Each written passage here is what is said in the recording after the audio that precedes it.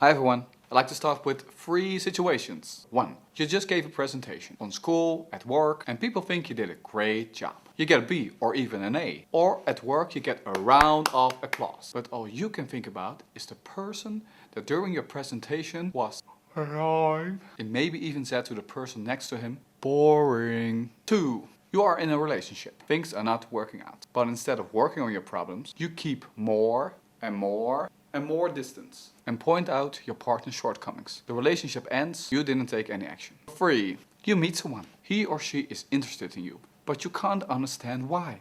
Why me? What is so interesting about me? I have nothing to offer.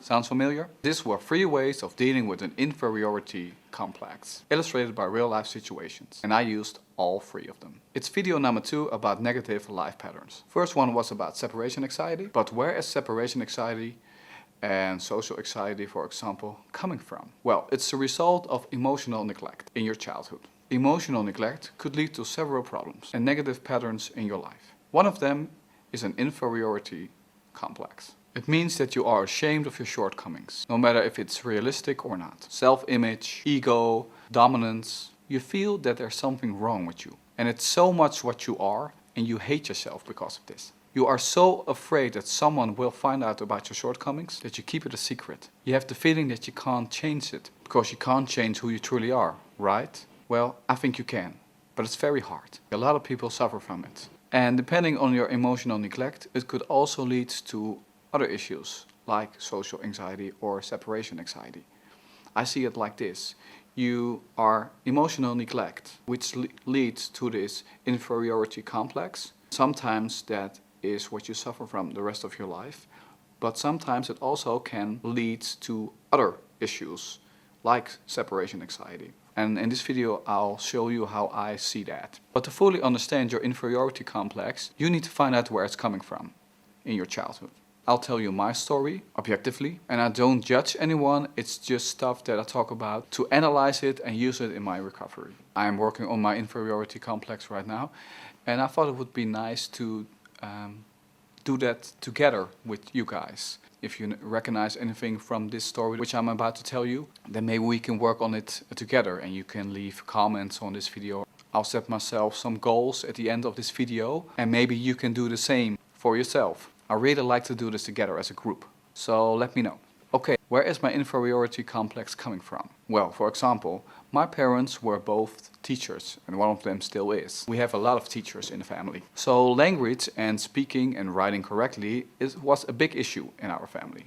I'm dyslexic, but my high school discovered that when I was almost in my final year. I was 17 by then, so that was kind of late. So before that, you can imagine that being dyslexic and having parents who are teachers doesn't really make a match. My parents also didn't know about my being dyslexic, about my dad. Well, my dad had major anger issues and I was the one in his way. So he took it out on me, which resulted in physical and verbal abuse. I was never good enough, and not only on the being dyslexic part, but in, well, everything basically. So I became afraid of him, and because I was afraid, I made more and more mistakes just because I was so nervous. I was a dreamer as a child, and that didn't really fit in the world that my father was living in. Once again, I'm not judging anyone. I know my father took it out on me, but I think my father was very unhappy with his life and couldn't cope with the stress and problems. I understand it now. It doesn't make it right, but I think it's important to understand that our parents are also just human beings who make mistakes. After my parents got a divorce, it took him a long time to get well, much happier. And eventually he was there for me when I was struggling with my self-injury problems. And he was amazing, and he was like a totally different kind of person all of a sudden.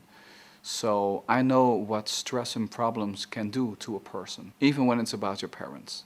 But I was already damaged and had a major inferiority complex when I was 11 and my parents split up. Then the drama with my mother started. She was a mother raising 2 children on her own with no money and no real help from the family. The only thing my family always said to me was, help your mother out because she's going through a hard time. And I was just an 11 years old child who didn't know what was going on. But my mother had a drinking problem, which led to very difficult situations. There were times when she sat me down like almost every evening and kept repeating all kinds of things that she thought that I was doing wrong in my life. And in the end of that conversation, I always had to leave and live with my father. But my father didn't want me at that time. But it never really came to that.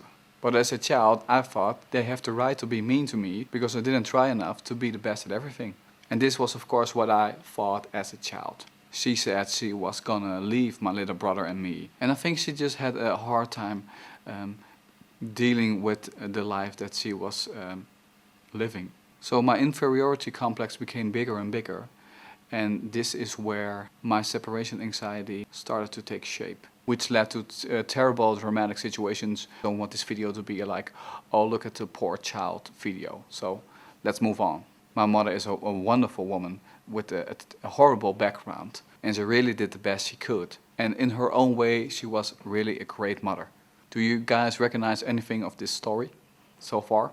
Or did something else happen to you in your childhood that led to this inferiority complex? Okay, that was my childhood. Then, what did I do with this inferiority complex? Well, my first reaction was fighting it. I had to try to be the best at everything. In class, in gym class, in relationships, in friendships. So I did a lot of stuff that I didn't really want to do, but I did just because I had to be perfect. I made music with a friend of mine and we were very popular in high school. And not only was I hard on myself to be perfect, I was also hard on everyone else that couldn't touch me emotionally. Example, we had a German teacher who was a substitute and she was just doing a horrible job. There was no order in the classroom. And my parents were teachers, of course, so this was really bothering me. But it actually were the voices in my head of my mother and my father that were disapproving her way of teaching. So what I did, I stopped her in the middle of the class, told her that she was doing it wrong, and I took over her class for half an hour.